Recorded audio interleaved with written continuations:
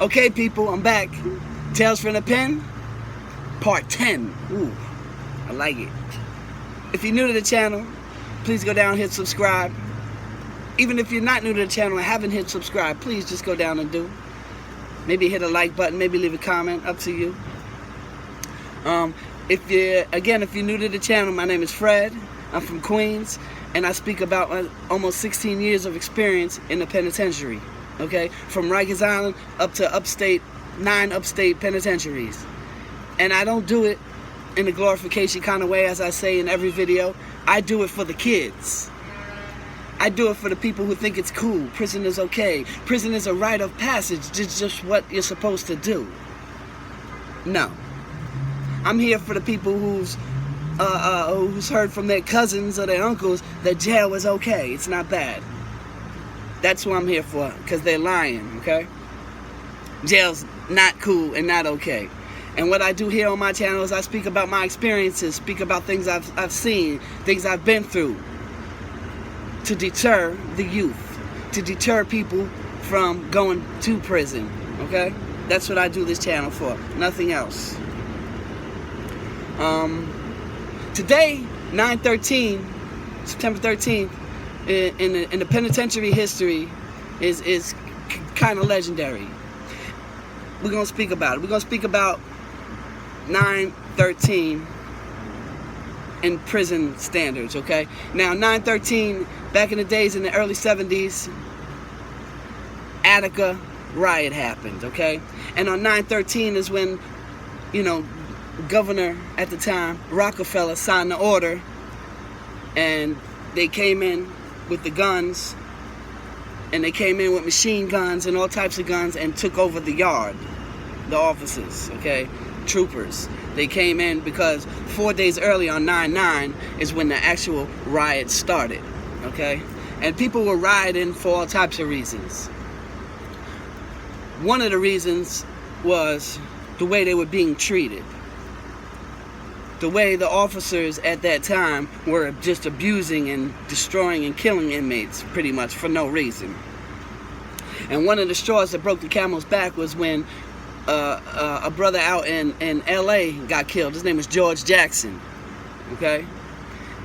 He was a writer, and he was more of a revolutionary, okay? He saw what was going on and didn't like what was happening. He was one of those people that would speak up. He actually wrote a couple books, Soledad Brothers, and a major one in the penitentiary that a lot of people know, Blood in My Eye.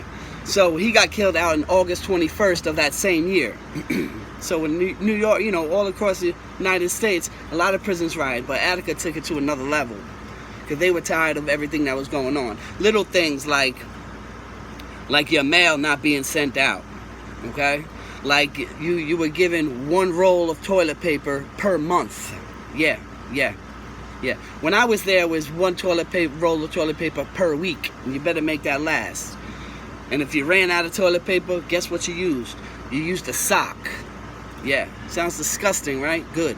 That's what I want it to sound like. It's supposed to sound like. A sock, if you ran out of your toilet paper. But back then, they were giving them 1 roll of toilet paper per month. These were just some of the things that were happening, okay? And the brothers in Attica decided to riot. So on 9/9, they took over the jail, okay? And they took over what was called Times Square. Times Square was where, a lot of the blocks would meet in the middle, and they would call that Times Square. They took over Times Square, and then they just took over all the blocks. And a lot of them, when it happened, they went into the rat block, where all the rats were. And, they dealt with some of the rats that were in themselves, who thought they could hide, okay? But they took over the jail, they took over the prisoner, they took over the corrections officers and everything, okay? So, at the time, they were sending negotiators in to negotiate with with the prison inmates, okay? Everyone was pretty much stationed in the yard, big yard. Okay, and they were actually sending in people, and there was negotiations going on about having some better prison conditions. And on 9/13, the governor at the time, Mr. Rockefeller, signed the order, and they sent the troops in. They sent the troops in with the machine guns, and they sent the troops in, you know, with tear gas and all types of things, and they dropped the tear gas in the yard, and they came through, and they shot up everybody. 128 people were shot. 29 inmates were killed, along with 9 corrections officers on this day. The 9 corrections officers, because they stripped them of their corrections officer stuff, and they put regular clothes on them. So when they came in, they had no idea who was who, and they just shot everybody, and they killed their own people. You know, the media tried to spin it back in those days that, you know, the inmates killed the guards. Wasn't true. It was their own bullets that killed them. And this is a fact. So on 9/13, in the penitentiary, when I was there, was a day of protest. There was no eating in the mess hall. You go to the mess hall, you had to go to the mess hall. You go to the mess hall, when you go in, you get utensils, whatever it is, a fork, spoon, whatever, and you walk right past the food, and you go and just sit at your table, just with your utensil. That's it. No one got food. Quick story, a couple dudes tried to get food, okay? They got dealt with. One dude got burned out of his cell. They put a bunch of stuff, baby oil and stuff like that, while he was in the cell, and lit his blanket and mattress, everything on fire, lit him up because he ate. Now people might say, well, Fred, if people are hungry, what do? Well, what happened is on 9/13, everybody fed everybody. Okay? You stocked up already, knowing what was going on that day. Okay? And if your neighbors had nothing, you make sure that they did. Everybody fed everybody. Even if it was peanut butter and jelly sandwiches, crackhead soups, whatever it was. Crackhead soups, as I explained in one of these other videos, top ramen noodles. You made sure that they had some food. Everybody fed everybody. So there should be no reason that you're eating in the mess hall. This was the mentality. Especially for the things that we had then, okay? Because we had more perks and more things than they had. And we had that because they suffered and died. So this was the mentality. So if you went against that, you got dealt with. I seen another dude, he came, you know, he went and ate. Man, they dealt with him right there in the mess hall. Right there in the mess hall. He got stabbed up, stabbed in his neck. All types of things happened to him right there in the mess hall. The other dude got burnt out. Those are the only 2 I've ever really seen eat on September 13th. It's a fact. You got dealt with because you went against the grain. That's how it is in there. It's a whole different world, as I always explain.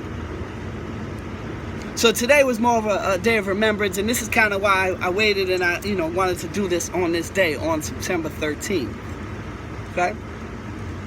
So, salute to everybody that died, and salute to everybody who died, so that these prisoners now can have the rights that they do.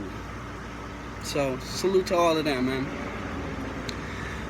In my last video, I had a few questions that I still didn't get to. Couple things, okay? We had Lorraine out there in Woodside. I see you, Lorraine. She wanted to know who was my worst cellmate. I got that. Thanks for the question, Lorraine. This guy his name was Joe Morrow. I don't know how to spell whatever, okay? So he was my cellmate. Now, the first night he came in my cell, he already broke the rules. There's certain rules and etiquette that you do when you're in a cell with somebody, okay? Number 1, at nighttime, if you wake up to use the bathroom, you do not flush the toilet if you have a bunkie. You don't do that. Because the toilets there are a bit different. When you press the button, whoosh, it's loud. Where neighbors, everyone down 4, 5, 6, 7, 8 cells can hear it. It's very, very loud. So one of the main rules you don't do, you don't flush the toilet while someone else is sleeping. What do? You cover it. We used to have like cardboard we cover it with, and then put like a towel over that. Excuse me. That's what we would do. You don't flush the toilet. And I remember on the first night, this dude flushed the toilet. Jumped up. What Miller, what the hell? What you doing? That's what the main etiquette. He ain't know the rules. I had to teach him. Another rule was you don't spit in the sink. You don't spit in the sink.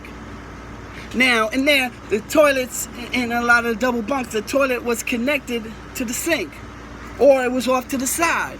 So what you would do is, you brush your teeth, whatever you're doing, gurgle, and you spit in the toilet. You spit in the toilet. You don't spit in the sink that you're gonna wash your face and stuff in. You don't do that. These are rules. These are etiquette. This is part of the prison mentality. This is what goes on. So he violated that too. I had to teach him that too. And this dude had been down like 10 years, so it was kind of like weird to me that he didn't understand these rules. So, because some people, sometimes some people just think they could do what they want to do. So what I did was, I said, man, I got to find out what this dude is here for, okay? So I called home. My people came on a visit and they told me. Because that's when the whole internet thing started, where you can actually look people up and see what their crime was. Because a lot of people lie. A lot of people don't tell people what they actually in prison for. You know what I mean? If you're a rapist, you're not going to tell them you're a rapist. That's how it works. So when, we were vibing or whatever, he was from upstate. And he told me he was in prison for robbery. So when I went on the visit and got the information and found out that he was in jail for rape and murder of a woman, he actually broke into her house. And the thing was, he was telling me about the burglary part, and that he broke into the house and he got cut on the window and his DNA was on the window. That's how he got caught. But he didn't tell me about the rape and the murder of the lady. This guy was my cellmate. He had to go. He had to go. Went back to my cell, and he left. Just gonna leave it like that. So, Lorraine, thanks for the question. Yeah, Joe was definitely my worst bunkie. Because usually people respect the rules. When you come in, you respect the rules. You guys feel each other out. And you know the rules. And for those who don't know the rules, they get dealt with. So again, thanks, Lorraine, out there in Woodside. I see you. So we had another question from Texas. Ooh, Armando from Texas. He wanted to know, when there's war in the jail, can you tell? Oh yeah, you can tell. When things are about to go down in the penitentiary, you definitely know. You definitely understand what's going on. Because what happens is there's a lot of tension in the jail, okay? And then what happens is you see people strapping, people who maybe wear sneakers or certain things. Now they're wearing boots. You see them strapping it up real tight. And what happens is when you go in the yard, usually there's people walking around the yard, there's people playing handball, there's people playing basketball. When you go out into that yard and you see everybody playing the fence, playing the wall, and nothing really going on in the yard, you know something's about to go down. Oh yeah. And then what happens is sometimes, I've been in situations like that, certain situations where I knew it was about to go down. So some of the steps that I took to prepare was, what I did was, I took a bunch of ace bandages and I wrapped them around my body. And then what I would do is I'd take books and magazines and put them all inside the ace bandages and then put more ace bandages. So just in case things go down, and I get hit in the body, it wasn't going to do nothing. Because I had the magazines all in there. Okay? Big ace bandages, wrap them all around your body, then stuff them with magazines, then put more ace bandages around your body. And that's what you got to do. You got to be prepared because you never know. Yeah. So you can always tell the tension. You can always, and it's always a lot of times through the grapevine. That's just the way it is. So yeah, you can definitely tell, and these are some of the steps that, you need to take. I've been in situations where certain, I ain't gonna put out what gang or what, nothing like that, but I've been in situations where dudes would actually not come out their cell. 100%. I seen this one group of dudes, true story, not gonna put dudes out there, not gonna say who, what gang, but one group of dudes who weren't like gang related, but just official motherfuckers, man. Official thoroughbreds. And one of they dudes got into one of the, main gang leaders. Them two got into it in another jail. And when one of the thorough dudes came to our jail, there was a bunch of thorough dudes that were with him. But word came down to the other gang, to get him. And it was on and popping. It was on and popping. Because dude was no fucking joke either. And neither were the people that were with him. I'm just going to say that. And I seen gang members, not going to put them out there. Not going to say what gang. Not going to do none of that. But I seen it with my own eyes. Dudes don't come out their cell. Gangster dudes that was supposed to pop in the yard that night, all of a sudden caught loss of rec. All of a sudden, caught tickets. Tickets are infractions, so maybe they knew it was going to pop that night, so what they do? They get into it with an officer or something, curse an officer out. Fuck you, motherfucker. Once you do that, you're locked in your cell, you're not coming out now, and you're going to get an infraction, and you're going to get shipped to another block. So I've seen it where motherfuckers knew that it was going to pop that night, and did not, cause gangster motherfuckers acted like they was gangsters. Fact. To where all these certain gang members that were on this side of the jail, they were all gone. Because they either got stabbed, because some of them came out, let's not get this wrong, a few of them came out, some of them came out to the yard, you know what I mean? Knew what it was, popped, went to solitary. But certain ones did not come out their fucking cell when it was war. Fact. On purpose. Refuse program. In the morning, you got to go to program. Refuse the program. You know what I mean? Or get into it with somebody or something, They try to save face some type of way, like, oh, I couldn't be there, man. I got into it with the police. No, motherfucker, you did that on purpose. You did not want to come up out that cell. Fact. But again, I ain't gonna put them out there like that. But I've seen it. I've seen it when war happens. People act a little bit different.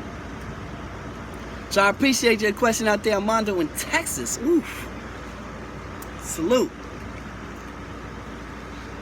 Let's get to this next question over here. Okay. And we got Susan. Again, Savannah, Georgia. Okay. What's up, Susan? How you doing? She wanted to know, how has this affected me since I've come home from prison?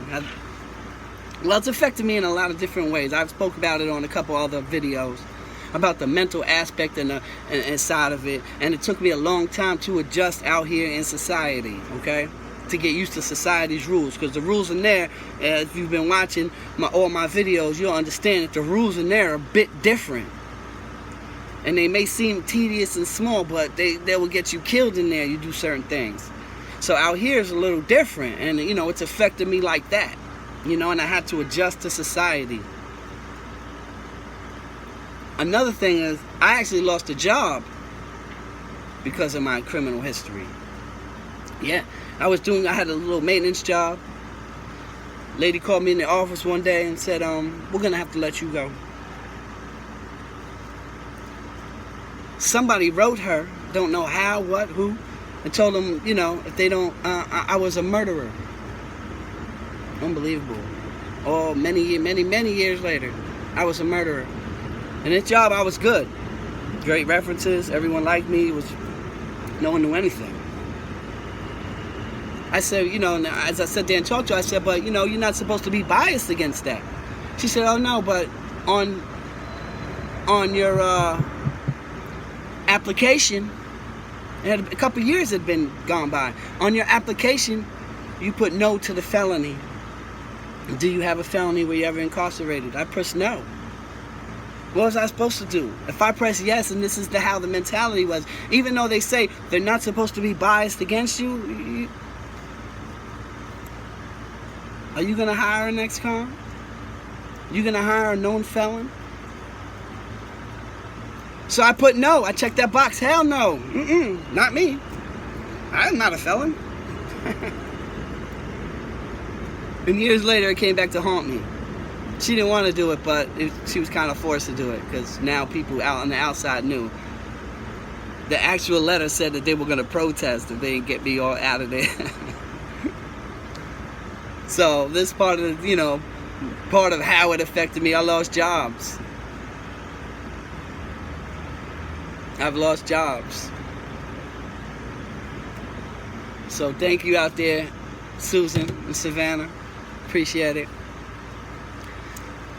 Not going to get too long-winded here. We're already up at 20 minutes. I wanted to just keep this down to 15, but, you know, I just got things to talk about. I love my people. And I'd just like to, again, thank everybody who's supporting me. Thank everybody who's watching the video. Thank everybody who's hitting the likes, leaving comments. Thank you to everybody who's hit the subscription box. I appreciate it, man. I appreciate the love. And, you know, I can't really say too much. But I'm going to say I got some big things on the horizon. I got some big things through this channel already. It's opened up a bunch of other doors for me. I can't really get into too much detail, but I will say maybe, you know, we got certain things coming. We got certain things coming. We got merchandise coming. We got podcasts coming. We got a bunch of things coming. And again, I like to thank everybody who supported me, everybody who's watched numerous times, you know. Thank you very, very much. And for now, we're going to cut this short. And like always, experience is the greatest teacher. But somebody else's experience could be just as valuable if you listen. And on that note, Fred White signing off.